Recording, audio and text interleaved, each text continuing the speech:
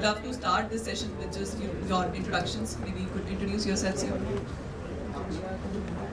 Hi, I'm Saloni, co-founder Traya. Traya is an online hair loss solution brand. Traya in Sanskrit means three signs. We use Ayurveda, dermatology and nutrition to manage hair fall, hair loss for everyone. Hi, I'm Sairaj Dhond. I'm the founder and CEO of Wakao Foods. We are India's first jackfruit company. We make mock meats from jackfruit. Yeah. Okay, so anybody with hair problems and anybody who likes jackfruit especially, you need to pay closer attention here. Okay. Guys, so I want to start with the most pressing question that any and every D2C founder really has, right? How big is the TAM really in India? What is the market size for any D2C brand in India? Do you agree that it's not really infinite? What do you guys think? I'll start since I have the mic. Definitely not infinite, right? However, I'm very, very optimistic here when I start my answer, right? It depends on who your consumer is, what your average order value is, what your LTV is, etc., etc. So let me sort of put some maths here to explain what I'm saying. Let's say you have two brands, okay, brand A and brand B.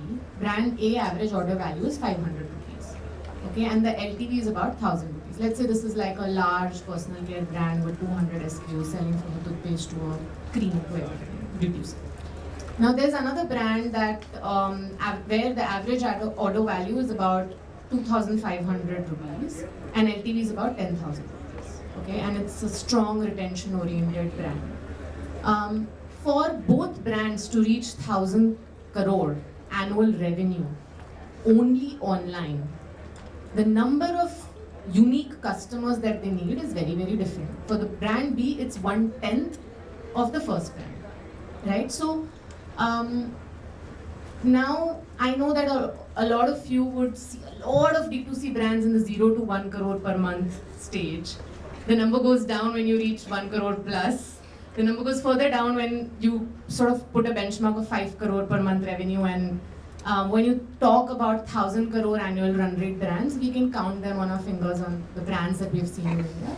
So it looks pessimistic, but I feel that if you have the right consumer, if you have the right LTV, the math that I just explained, the TAM is good enough for a brand to reach 1,000 crore revenue by just being online. And I'm saying this with a lot of confidence because the way consumers are transacting online and the number of people who are transacting online is so rapidly changing. What was there 3 years ago and the consumers that transact online 3 years later today, and as we speak the number is going up and up, right? So I don't think a D2C brand should worry too much about the TAM being too small. There are other reasons why they'll plateau, not TAM. So I'll give a little different point of view also, because now I think she's comprehensively told you about why D2C brand should not worry about TAM. But one of the things which I think is very important to identify your TAM is your category also. So TAM is also a little subjective. Different people may think differently about the TAM that is available for their product. So I'll give you an example of my product. So we make a food product. So food product TAM is like massive, right? Everybody eats. But now how many eat healthy stuff? How many people would like to try a vegan stuff? How many people who are non-vegetarians are ready to experiment? So, so now your TAM is really reducing, it's coming down. So as a founder, the aim should always be to increase your TAM. By how can you be more acceptable to the bigger TAM and to increase your market share? So I think that's something that is category to category, and it only helps that you be really, really clear in your mind as to who you're targeting. Because if you try to live in a delusional world that the TAM is so huge, it's infinite, you're going to fall flat on your face. So as a founder, you need to be real first and identify your TAM and then try to increase your TAM. That will help. That makes sense. So, I really want to understand then when you guys started, like you said, you started in the food space, right? So, did you choose to start in food space because it's a large market and then, you chose a niche? How did you create this differentiation for yourself then? So when I started based on a story, an article that I read. So it had nothing to do with the TAM that was there in the market. It had nothing to do with what was required. I came across, it was an opportunity, I came across an article which said jackfruit, the superfood of the world. And that got me thinking, because I come from southern India and we've seen jackfruit all our life and it goes to waste. And so for me, I saw a great opportunity. It was complete blue ocean. There was no one in India doing it before. So it was a challenge. There was no TAM. I didn't know what the TAM was right then. There was no backup to tell me that this is going to work or it's not going to work. But I only knew that we had a great product at hand, and there was the world was its market. And then now the tough thing came. Now you have to educate people, tell them, because this is as good as an innovation. Explain to people why they should use this. So it's a double-edged sword. One is that there is no reference point to it, so there's no one selling it. But the second thing is that the world is your market, and everybody is a prospective customer. So for me also, when one thing that I like to say is that when I started this, why it was vegan in the first place, or why it was plant-based, was that one, that I wanted it to be animal cruelty-free, but the second, the most important reason was I wanted every living being to try it and eat it without any moral, religious, or any other kind of compulsion other than dietary compulsion. So that was one reason. So in that sense, I made it available for me that the TAM can be really big. There is no restriction on that. So that was my thought process. Thank you so much, Sairaj. Yeah, I will agree with him. Founders don't look at TAM and start startups. We are not that smart. We are foolish enough to be where we are. So any founder that starts small, and that's how it should be, finds their niche, finds their early adopters, and picks up a small space that they're building for, and that's how it should be. And then you start sharpening your communication, your brand, your product, everything for that niche person. And when you find the product market fit, you scale, then you realize, okay, I need to now. So for him, probably the first niche consumer is the vegan, health conscious in India, but that will change 3 years from now. That's what we saw at Traya. When we launched the brand, the mindset, the persona of consumer that we built the brand for has completely changed in these 3 years. It exploded. New segments got in, and so it's a constant journey of expanding your TG, and finally, each time you hit a new PMF, you have a larger new TAM to capture. But Saloni, when you were explaining the maths of how a D2C brand can grow online, right? You also mentioned that there will be other constraints in a D2C brand's life journey, right? The constraint could be that the number of unique users that you want to acquire may not be available online also, right? Is there a number to, is there a ceiling where after which D2C brands have to look at other channels, have to look at offline? So, a very simple way is to go on YouTube, and YouTube has a tool where you can do audience targeting calculation. YouTube is, why I say YouTube is, it's a very good representation of what India is, actually better than Facebook, because if your product is more male than female, then YouTube is better. If you want to see your TAM for Bharat more than just the cities, YouTube has a lot of Varnak audience, the real Bharat audience there. And then there is this affordability parameter there, which is very, very critical and defines your online TAM. Right? So let's say if I'm selling a 80,000 rupee worth mattress online and I'm a mattress D2C brand, my TAM would be very different because there's an affordability segment there versus for Traya, where it's a 2,500 regime, and I know that this is, because I come from hair loss zone, I know that this is not a good to have product. It's not like I'm selling a cream that smells good and they want to feel taken care of. I'm here to grow their hair, which means a lot to the person who loses hair. So it's a need to have category. So we know that what affordability zones, also a guy is ready to pay 2,500 a month for his hair.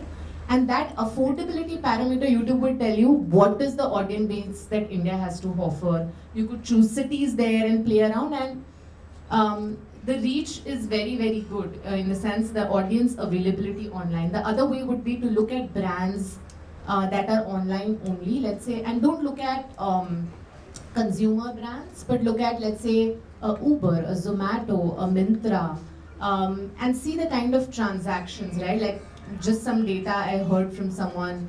In a 7-day big Myntra sale that they do a revenue of 400 crores in 7 days, selling fashion.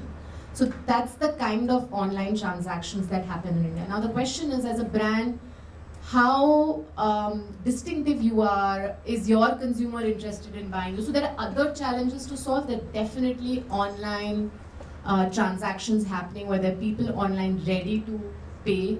And we are we are the luckiest in the world. India is the best country. Our population, our paying capacity. I was speaking to someone in South Korea, and he said that even to cross, certain consumer base, we have to start selling to outside our country because there are no humans. I said we don't have that problem in India at all. So. What you're saying is that, depending on the AOV, depending on what your product is, the segment who can afford your product changes, and that is why, where, let's say that if you're selling in a higher AOV category, then a lot of your audience will already be online, transacting online. Then in that case, you at least don't have to worry about, going outside. First, you have to nail the online channel first, right? Sairaj, do you have any other thoughts to add here? So again, I go to the same point. I say that when you have to move, whether you have to move online, offline, or any other channel, it solely depends on the category that you're in also. So when you do something and you do it properly and regularly, you realize whether this is working or not. And as a founder, you need to be very light on your feet. You need to be able to pivot. Sometimes, multiple channels, a different channel can impact another channel. So for food, for our kind of a product where education was very key, people didn't understand what it was, we needed to go offline for the people to understand how to buy it online. Because for a food product, what happens is you need to get the consumer to taste it. And tasting it is one thing, but tasting it in the right way is another thing. So this is something that we faced a lot in the start, where we used to send a product, but they didn't know how to make it. And then that's a bad experience, and then they say the product is not good. So what we realized is that we need to get the consumers to eat our product first. If they like it the way it is supposed to be made, they'll go online and they'll order it, and then they'll have it at home. So we shifted gears a little. We went to HoReCa. We started entering the hotel, restaurants and caterers market, cafes. We saw great traction there because now people were trying jackfruit at their favorite restaurant. They were having it. And with our online bombarding and our social media campaigns, suddenly when people were eating jackfruit, they were remembering Wakao. So, we were kind of getting into that space where jackfruit was becoming synonymous, and that led to traction online for sales. So you need to also figure out which channel is working for you and how to, there's no strict and firm rule, ki yahi chalega, this is 100%. You need to be agile. You need to see what works for you. What works for someone else may not work for you. What would definitely work for Traya will not work for Wakao, because there are different categories altogether. So the challenges are different. You need to figure that out. Now, for us, exports works very well. So we are going on that as well. So now what happens here, again, I'll tell you why exports helps in online sales. Now, our product is being sold in a restaurant in Singapore, where it's a branded product. They're calling it a Wakao burger. Now, when we post that on our social media and we make a story around it, and we tell our Indian audiences that someone in Singapore is using our product in their restaurant and branding it, that gives a huge impact on the mindset of an Indian audience, and say, "Ye foreign mein chal raha hai, hamara Indian product hai, so we should try it. Why not?" So that also helps. So I think that is the way in which it works. So in HoReCa, you're saying that you found a unique channel that could work for you. You don't really have to go to retail specifically as an offline channel, right? Offline channels are multiple. Yeah. Offline doesn't mean only retail. Now a brand, obviously it's different. So she can't sell in HoReCa. I can sell in retail, but retail is very expensive. So for me to enter retail at this time is not right. So you also need to know as a brand when to time it. There is no fixed timing, there's no right timing, only that this is the right time. You need to time it well. So for us, offline was HoReCa, and it was the low hanging fruit. So that is where we went. Makes sense. How do you guys think about CAC in this case, right? You sell in a category which is not a very high AOV also, right? Would you be open to sharing what your products sell at? So we sell our products range from 300 rupees to 450 rupees in retail. Got it. Industrial rates are different, we sell in bigger packaging. So our CAG online was high. was expensive because you had to have this bundle up. And what happens, when it's a new category, it's an absolutely new product, the consumer is not inclined to buying a combo or buying 3-4 packs at a time. वो एक लेके try करेगा, he'll see if it likes it, maybe then go for a second one. So that entry barrier is there. We can't really make a lot of money there. So that becomes high. Whereas the CAC in Horeca and in offline is much lower. So that's, so like I keep saying, it's a low hanging fruit. मुझे क्या करना है? मुझे एक restaurant को पटाना है. मुझे एक QSR chain को पटाना है. Like we supply to 4 biryani QSR chains in India. So if you're having a katthal biryani somewhere, all likelihood that it could be a Wakao jackfruit. So so I need to convince that one fellow. Then after that, it's a regular order. मुझे और उसके ऊपर marketing पे खर्च नहीं करना है. So that's where your CAC goes down. So you need to play it smart, and because it's a new category, there are different challenges. So that's how you have to dabble with it. Saloni, you also sell your solutions as a subscription, right? So it's a much higher AOV. How do you look at CAC?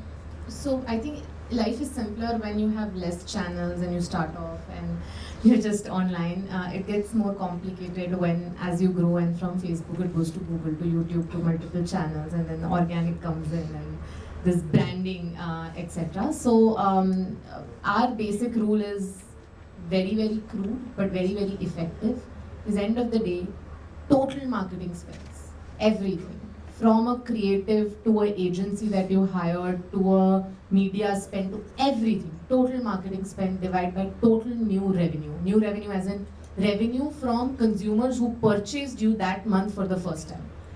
It's very, very dumbed down but very effective because especially when you enter the omni-channel zone, right? And you have, people are maybe, seeing you in a store but going back home and ordering online. So it's very difficult to pinpoint where this user is coming from, and attribution becomes a big challenge. So we look at CAC very strictly, where we put all our spends in our marketing spends and divided by new revenue. Do you agree that a lot of your VC funds are actually going to Google, Facebook? Of course, I think, I think in this whole zone where hundreds and hundreds of D2C brands are coming, somebody who's definitely making money is Facebook and Google. That's true. So, my next question is actually around that only. Because, as Wakao Foods, you are completely bootstrapped as a company, right? And Traya has already raised some funds. How has your journey been different from each other? I mean, what do you say? Pro VC? Should founders here raise VC funds, look at it or not? I think it's a very personal choice. However, my answer here is pro VC. I have received way more than money from the VCs that have come on board. Money is probably 10% of the value my VCs have given me. 90% is the support, the connections, the portfolio connects, and especially early stage VCs are like schools. They are like university for entrepreneurs that you need, right? He's a solo founder, and I was just telling him before the session, it's the toughest thing to do. Altaf and I are 2 people, but the moment we got a seed funding, we got 10 people for free who are really smart, who have come from IIMs. We couldn't afford them at that stage, and they're now on our board because we got seed funding from that fund. And now everybody's helping us hire, they are doing our leadership interviews, they are helping us take decisions, they're supporting us. So that's number one. Number 2 is, when it's your money, right? It's your money. So let's say if I have 5 crores in my bank and I'm like, okay, let's write it off. I'm going to spend it for my startup, but I'm going to stay bootstrapped. Versus a VC comes and gives me 5 crores. The way you will spend these 5 crores is very, very different. So you'll spend VC money like anything?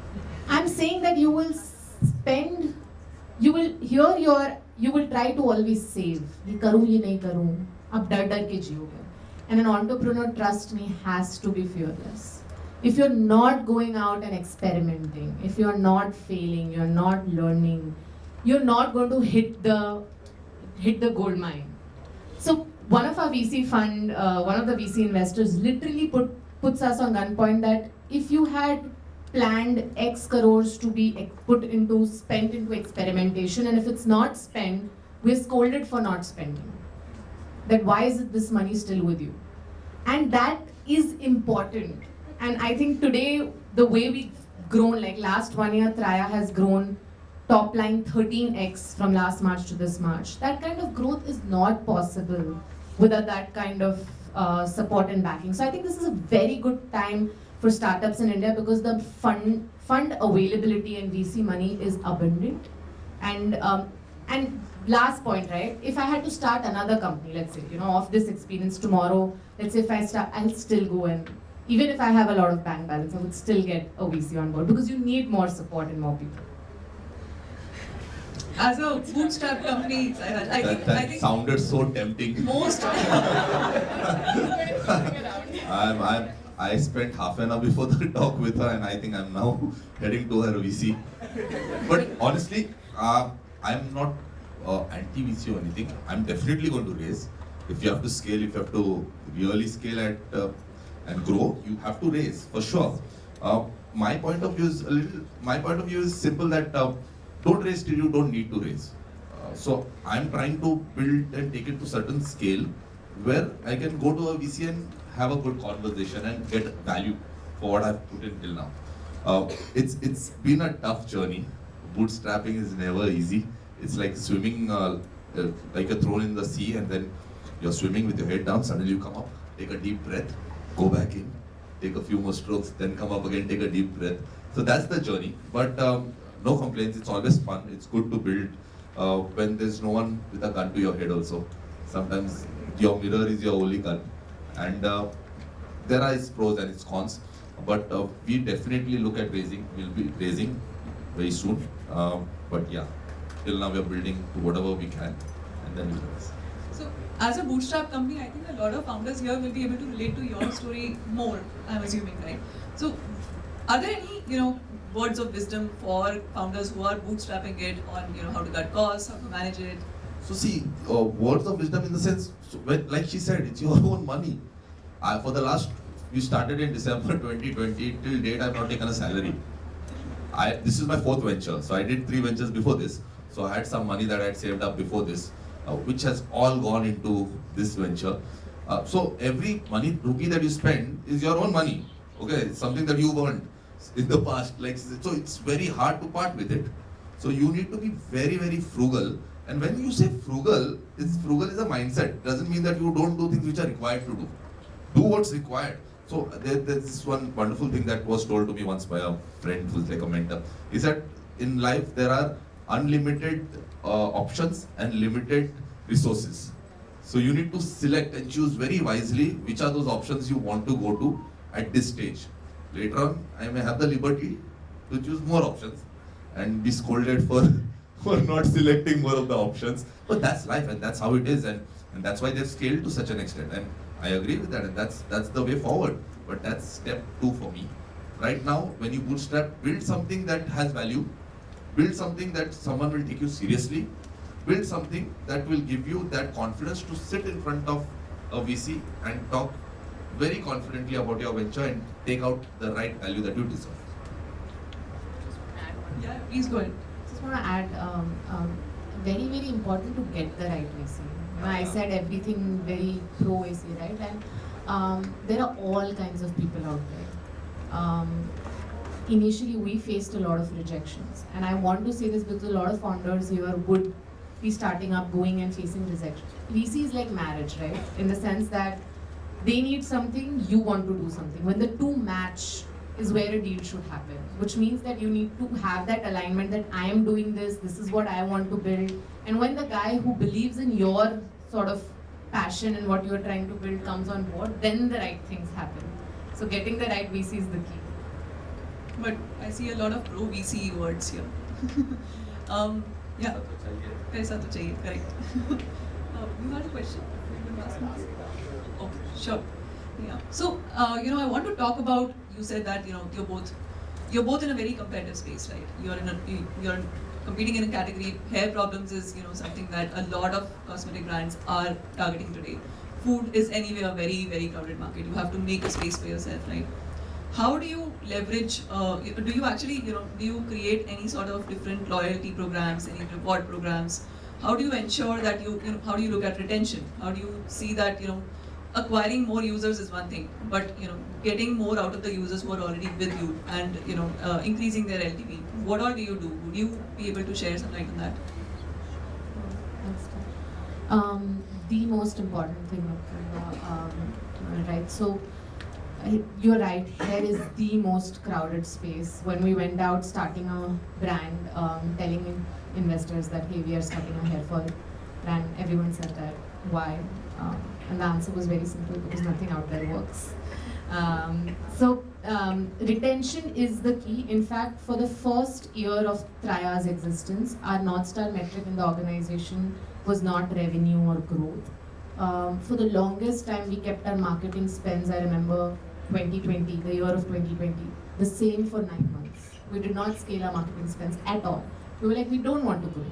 All we want to do is, we had this benchmark that the 5th month retention of a customer needs to reach a certain percentage.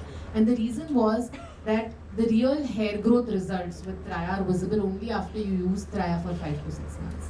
Because that's how the hair loss cycle works. You cannot see कि 10 दिन तेल लगाया बाल उगा लिया वाला thing doesn't work. And so we started focusing on retention. We started putting money in building tech for retention, and it's way more than loyalty programs and rewards, right? It starts all the way from Traya's advertisement. What does Traya say in an advertisement? 93% efficacy for someone who uses Traya, but only if you use it for 5 months. Wherever. You read a PR article of Traya, you see an ad of Traya, whether it's wherever it is, it will say that you have to use Traya for 5 months. Setting the right expectation was our first technique. That the consumer who comes, we don't want customers जिनको 1 महीने में रोकना है. We want customers who are, you're bought into the idea that it's going to take 5 months.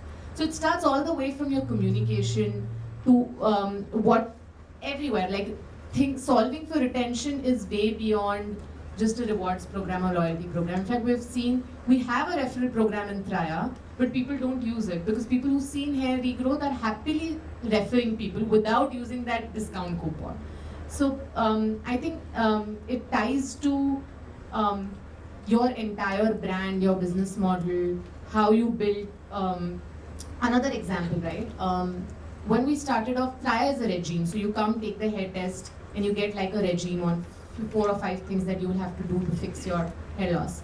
We saw that people, just like you said, like to try. So they bought like 1 or 2 things.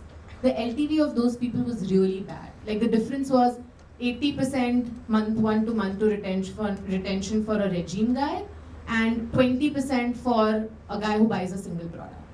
We took that strong stand to remove single products, that the only way to buy Traya is to buy the whole regime. And our thought process was that we exist to give them regrowth results, which cannot happen with single products. So if you want to buy Traya, you have to buy them. So you have to take these, and there are like numerous such examples. You have to take those stand as a brand owner to get retention in place, and it is the most important thing. Yeah, that makes sense. For us, what happened was, getting that initial customer only was tough. Our focus was on acquiring that customer, and then to keep that customer with you, like I said earlier, you have to tell them the exact way how to do it. You need to explain it to them. So setting the right expectation kind of thing works in all across categories. So whatever you're doing, you need to be very honest with your consumer, and you need to tell that consumer what needs to be done. Loyalty programs, yes. So everyone does that, everyone runs that. But honestly, it works. But those guys who buy with loyalty programs are not loyal. That's a fact, right?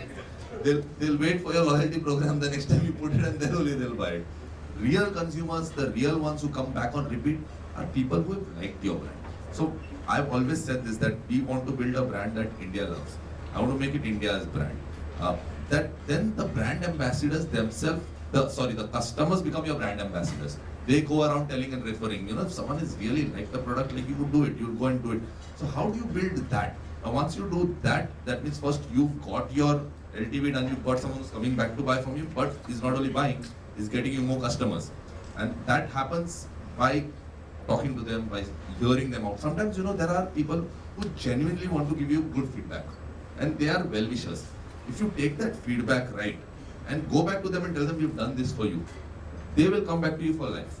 So sometimes feedback is something that is very important. We don't take it constructively. A lot of founders think that their brand is too cool and that nothing can go wrong, and they don't want to take feedback constructively, and that is a big downfall.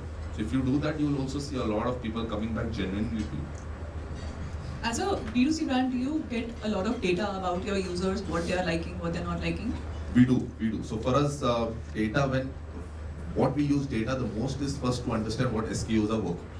What kind of regions are liking what kind of products, and it's surprising, some regions which you don't expect to like a particular taste or a thing, it really does well in those segments. So then you can target, you can do certain things. Even if you want to put it out in some retail store, some small thing, you can do that in that area if it's doing well in online in that area.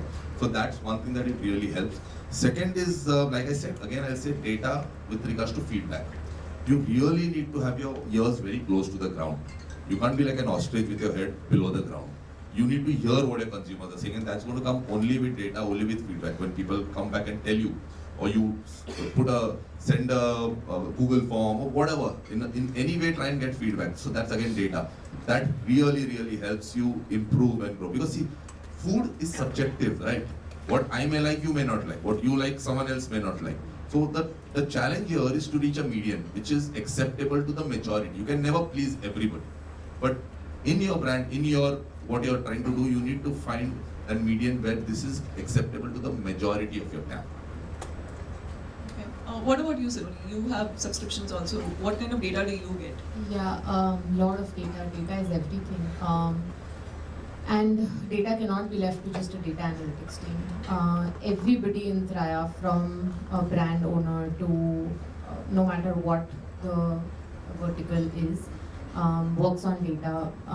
And I think that's the power of being online, right? I'm sure a FMCG brand that sells a product, there's very little data that they have versus us. It all starts with a consumer landing on a website, giving their entire health history, photographs of their head.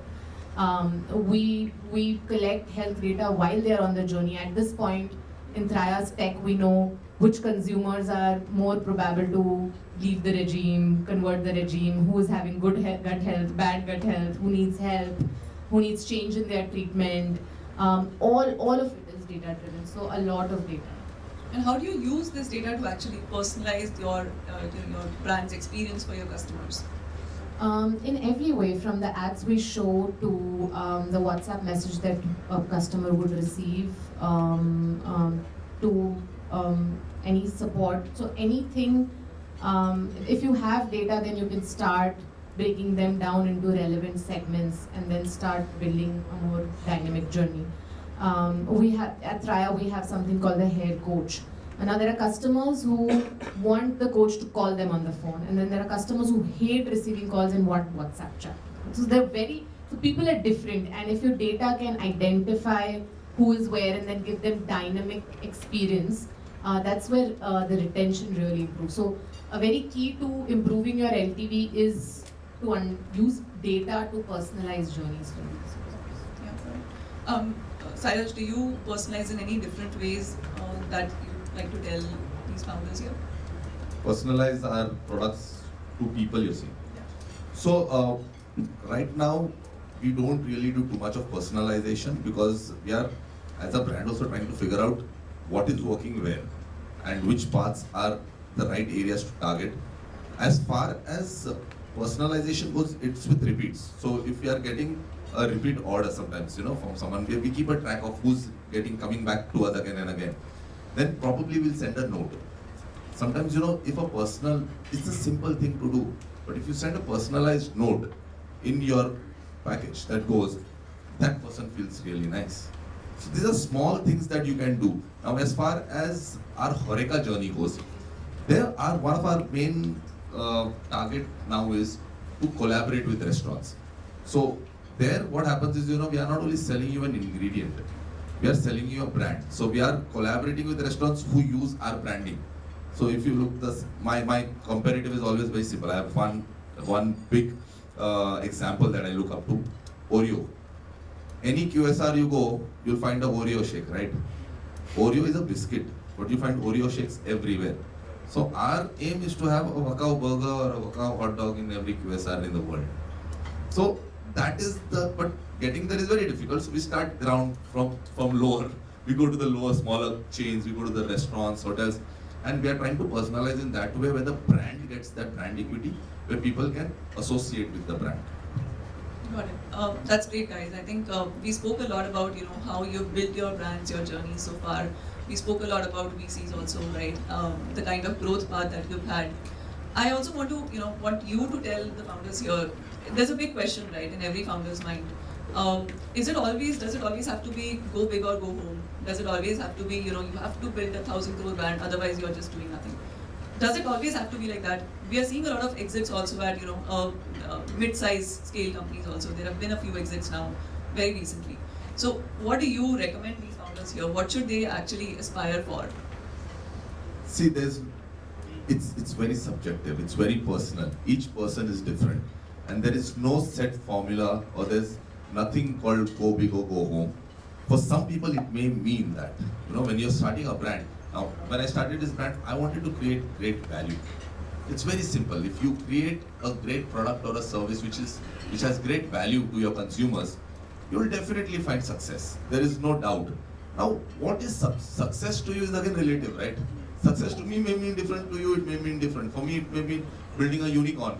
For you, it may be exiting at 100 crores, which is also fair as long as you're happy, you're content with what you built, you've added value to the world. I think that's about it. But having a goal is very important.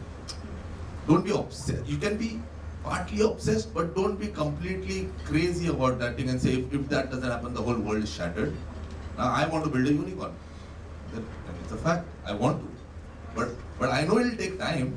I keep saying this, you can get rich in only 2 ways overnight. That is, one is by robbing a bank and the other is by winning a lottery. There's no other way you can build a big company. I'm sorry. Banks are crashing. You can't even loot a bank. Stock one maybe. No, but jokes aside, but that's a fact. You can't build a huge business overnight. It takes time. You look at the biggest brands in the world. They have built it brick by brick, slowly. So don't be obsessed with the speed at which you're building. Be obsessed with your ultimate goal. It may take longer, it may take time, but believe in yourself, believe in your abilities, get the best mentorship that you can get best people along with you to work with you. No one can build anything by themselves. You need to have the best team working with you. And yeah, I think that's about it. Makes sense. What about you, Saloni? What are your thoughts? I completely agree with him. It's a very personal thing. However, as many founders as I meet, no matter what category, what stage, they are all ambitious. They're just ambitious people. So That's a breed thing, I think. Yeah. You can't be an entrepreneur if you're not ambitious. So it's a number. Whether 10 crore is big, 100 crore is big, whatever, right? That it's subjective, but I think I like that about entrepreneurship. One should be ambitious and dream. Yeah, absolutely. Cool, guys. Thank you so much for this session. This was very informative. I would like to open the stage for Q&A if you have any questions. Thank you so much, first of all, for such a beautiful insight, Saloni and Sairaj. And really glad to hear you guys out here. I've got one questions each for both of you. Okay, first with Sairaj, because she had the mic, so I thought I'd ask a question to you first. What was the reason that you chose this name, Wakao? I understand wow, but Wakao is, I fail to understand what was the reason, because brand name, I really liked the name of your brand. So that's one thing I wanted to ask. This is the most frequently asked question. A huge credit goes to the person who came up with the name, and that's not me. Okay. That was an agency, is a good friend of mine, Manish Masi. So, see, my thing was very clear. I wanted a name that could be, my brief was, that could be abstract, may mean nothing, but koi ek baar sunega bhulna nahi chahiye. Which happened, right? So he came up, it was from a scientific way of coming up with a name. And some pyramid exercise or something they call it. And more than 200 names were there. And when I heard the name Wakao, and imagine hearing Wakao without having any knowledge or any reference to it, I thought it had a ring to it. Like, Wakao. Sounded nice. So I asked Manish immediately. I said, Manish, what does Wakao mean? So he replied very interestingly, nothing.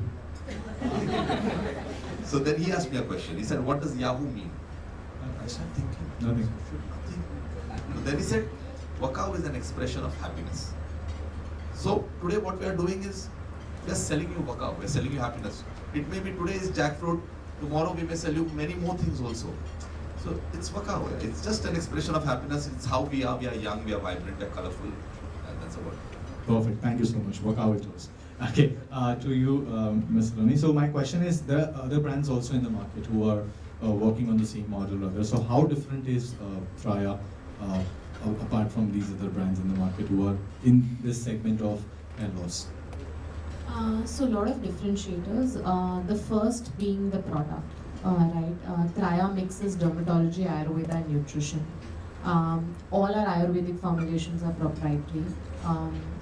Traya's core philosophy is that we identify the root cause within your body that's causing hair loss. And hair loss is actually a very internal problem that people don't realize. So your stress levels, your sleep levels, your gut health, all of this impact your hair loss. So if you are, coming on Traya and it's a hair loss solution, you would be surprised to see the products that we have. We have a Nasya Grit, which is a ghee nasal drop that puts you to sleep for good 8 hours, and it's side effect free Ayurvedic herb based ghee. We use herbs like ashwagandha in our herb mix that helps 70% people who come on Traya have some level of stress. Okay, so ashwagandha is actually an anti-anxiety in Ayurveda that calms you down and takes care of not let stress impact your hormone levels. Right? So the core philosophy is to first find the root cause of the person, what is leading to hair loss, and then work in a holistic manner, not just at a hair follicle manner. That's number 2. And the third and the most beautiful differentiator is every brand sells you products and says bye-bye. 5,000 shampoo, conditioner, serum, bye-bye. Right? Traya's journey begins after we make the sale. So we do a lot of hand-holding. We provide, every customer gets a hair coach. We have a team of dermatologists, Ayurveda doctors who are here available. It's a 6 months journey that we sort of do together with the customer, and the ultimate goal is that our work will be over when you see the results. And that is a very critical part and I think that's how we get the retention we get, because of this hand-holding that we do, because it's a complicated, to be very honest, just sharing data, for things like cholesterol, if you don't take the medication, you can get a heart attack. There's only 60% worldwide WHO measured adherence, which means 40% people will not take the tablets. So we are for the world, we are a hair loss solution brand, but internally the genesis of our brand is that we are a habit formation brand. And if we need to put a coach, we need to put app, whatever we need to do, we'll do, but our goal is to cross the 6th month mark. Thank you so much for that answer. Just to add on to the same thing, so I was hearing about Mama Earth's building story, wherein Ms. Ghazal, she mentioned that she had something as a scientific backup when she launched Mama Earth with some Australian company. I'm not able to recollect the name. So do we also have at Traya some kind of a backup in terms of science, Because when you talk about a product giving you a result, obviously it needs to be backed up with some kind of a scientific data. So do we have something like that at Traya? Sure. Now we have the money, so we did a clinical trial. We are 93% efficacious, validated by a French company, Sauce. It's an independent study done. But this is now, when we had the money, we got the funding to do a clinical trial, right? When we started, for the first entire year, 2019, my co-founder and I started the brand. The brand actually got launched in 2020 November. The entire year went in working with R&D labs, formulations, and we did our own crude way of clinical trials where we would have 50 customers, groups, cohorts created, we would give them the treatment, measure their success results 6 months later. So we did all of that, and when we had so the first cohort, right, of 55 customers, 35 of them saw unrealistic before-after pictures, right? And that's what we put on a deck, and we went for a seed funding. So we knew that there's something we have in hand that works. At core, right, if I have to just answer in one line, how is Traya different from thousands of brands there, is because it works. Otherwise, we shouldn't exist. right? So Thank you so much, and hoping that Traya and obviously, Wakao, reaches the unicorn very soon. Thank you. Yes. Very quickly, Sairaj, for both the words that you said, Yahoo and Yahoo and Wakao, they have their origin in Bollywood. Yeah, that I realized later. Yahoo is Jangli, Shabi Kapoor, and Wakao is Rishi Kapoor, R.D. Burman. I owe a lot to the companies. And both with happiness actually. He sent the clip actually when I asked him what is the way, what is this? Hey guys, Sai, Saloni, congratulations, great journey. My name is Ablesh, I'm a co-founder at Wakao, and I heard last part of your talk. Great journey, both of you, and I'm assuming God saves me from hair loss so far, but hopefully somewhere down the journey. We work with a whole bunch of D2C brands, and the fact that the team composition, right? In terms of building growth teams at D2C brands is always like a step many years down the journey, right? Compared to a typical startup that you'll come across, any tech startup, right? So pick a ed tech company, pick a fintech company. A lot of these guys will have growth teams very early in their cycle. And not just teams, right? The enabling stack to make things work, etc. In D2C brands, I see that happening much later. And I do understand the obsession for product and getting that product segment right, market right. But why is it delayed so much in D2C brands? Thereby, sort of, in many ways, see all of these categories, all these brands. Apurva was touching upon that question. The reason why it becomes difficult after a point is every category becomes very crowded, right? Every D2C category that we come across, right? You'll have competition all over the place. Everybody struggles to do penetration beyond tier 1, tier 2. But why the growth teams are delayed so much? If, in my view, right, the way I look at a lot of other tech startups, because they have these teams in place very early, a lot of their hypothesis gets formed very early also. And doesn't necessarily mean that it may result into anything great. Most of the times it does not, to be honest. But at least they figure out the growth channels in the pockets much more sooner, as compared to a lot of D2C brands I come across. Is that a correct observation? Is there a fundamental reason behind why it is the way it is? very good question. So D2C, one, the growth guy in D2C is expensive today. Okay, it is very expensive to get a growth guy in D2C compared to a B2B tech growth guy. Okay, it's a scarce resource out there. Number one. Number two, as you grow in D2C, the growth guy gets obsolete very fast because the channels change. So when you are, let's say, at a small brand, Facebook is your god, your entire marketing is in Facebook. So you get a Facebook specialist growth guy who knows Facebook very well. As you grow, very soon you realize that Facebook, so for Traya, right, we were at once 100% revenue from Facebook. That changed to today probably 5%.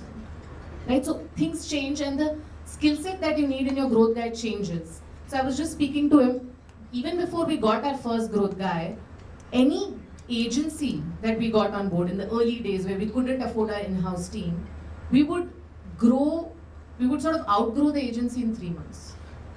Because your channels change. At some point you realize that now you are not going to do performance marketing, you're going to do brand more than performance. So now you need a different skill set. So you have to keep hiring. So you think you have hired the L0 guy, but then that L0 guy becomes L1 and you get an L0 guy after it. However, I completely agree with you. One should do this in-house. We did this at Traya, and at hindsight, we think it was the best thing that happened to us. In-house always. As a D2C brand, this is bread and butter, right? This is how you're going to. CAC is the most. And is it safe to say that if you had to, in hindsight, now again because you have an in-house team, and so I would like to hear your story too. Now that you have an in-house team, is it safe to say that if you had it from day one, things would have been a little different on the channels? So I think we had an in-house team around the end of first year, and we were very small. So we got an in-house team. The first leader I hired in Traya was a performance growth guy, just to explain, right? And I would say that too. Just I think you pinpointed very well. One should get D2C brand should get a growth guy in house.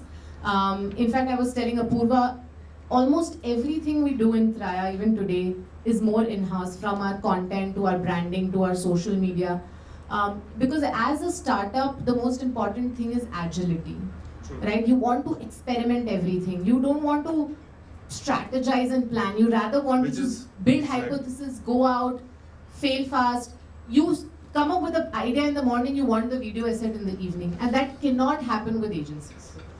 Which is the point I was trying to drive home when I asked that question. But I would love to hear yours. So one thing that I really believe is, with D2C brands, which are like obsessed with your product, is because for the, like, at least for us, for the first 1.5 year, we were just getting the product right. So growth was secondary at that stage. It was at that stage we wanted to get the product right, because what happens, it's a double-edged sword, and that happened with us. If you market really hard, you know how many bad products the EdTech guys are selling? I know, but yeah, but then you guys get a better valuation also. Right? Everything works out. So that's why you can get better growth, guys, quicker.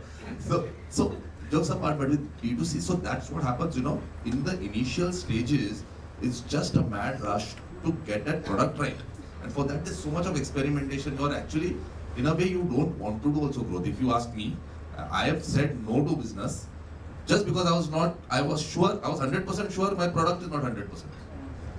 I actually turned down, and this is a fact, with Swiggy, Instamart, after Shark Tank, I got a PO of 30 lakhs of rupees, which was in my 13th month. You could have subcontracted it to us. We take everything. So I sent them to 2 outlets, and then I realized, because we were already developing the new one, the better version, I requested them to do that a month later, which they said okay to, but that never happened until today. I'm not getting listed on them. That's a different story.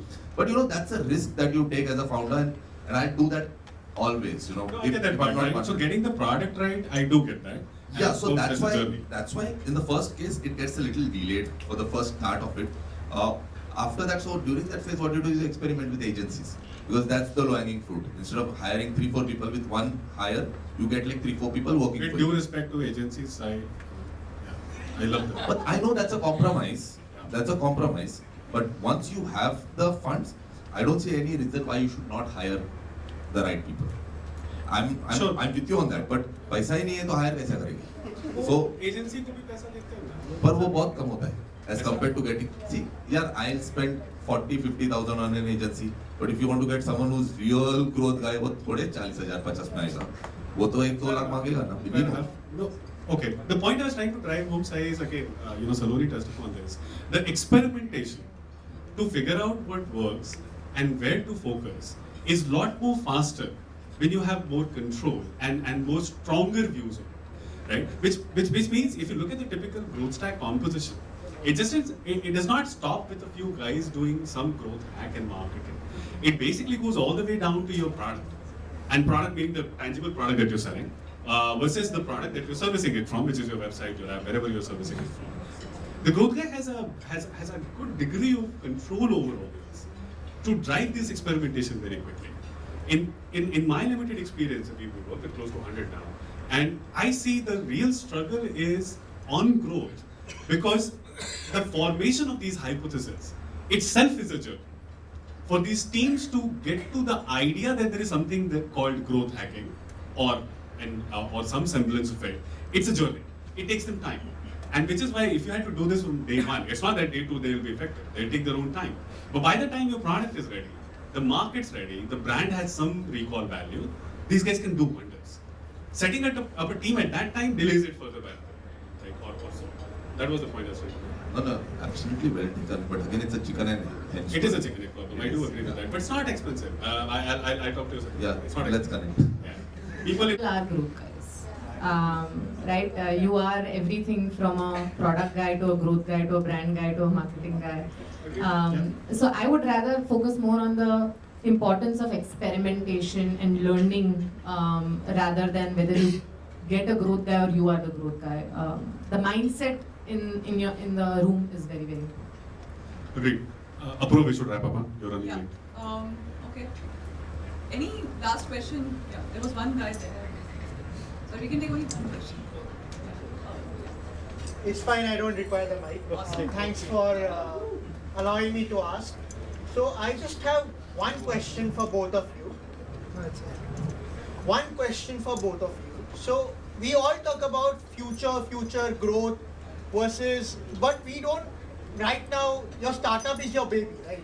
But as you grow in the future, that revenue becomes more important than the product, right? At some point of time, revenue nahi chal raha hai, then in desperation you make mistakes, right? You do not concentrate on what is going right. In desperation, you take some steps which later you regret. So how you should control it and how you should look at it from a different angle. So that's my question. I'm a little confused. Sorry, can you stand with me? I didn't get your name. Siddhant. Siddhant. So I hear a point around financial planning so that you don't end up in a desperate situation and do the right thing. And second point around importance of revenue versus product. Hinting that focusing on product is the right thing, but then the pressure to increase your revenue and grow, right? Okay, great. So one is planning your money right, making sure how much runway you have, so that you know what your limit each month is to spend, etc. So one is that, where I don't think a startup should ever be in a desperation zone, right? That you're already in a tough situation if you've reached there, so one should not. Second is revenue versus product. I think the two go hand in hand. If you have the right product, you will get revenue. So it's about the timing. Both of us have spent at Traya, the first entire year was, we did not even look at the revenue each month. We had to just put our head down and get our foundation right, our metrics right. And the idea was someday we will reach a phase where we will have these things right and then we will grow. And if you don't do that, let's say the worst thing is that you get a lot of VC money, right? And you have all the money to force fit a product market fit. So you keep growing without having a great product in hand. You're going to come down crashing somewhere. So it's always important to do the right thing. It's not a choice between the two. So I'll give you a very quick answer. I think you have to be very pragmatic when you're building a business. Very practical also. Don't romanticize too much with your product.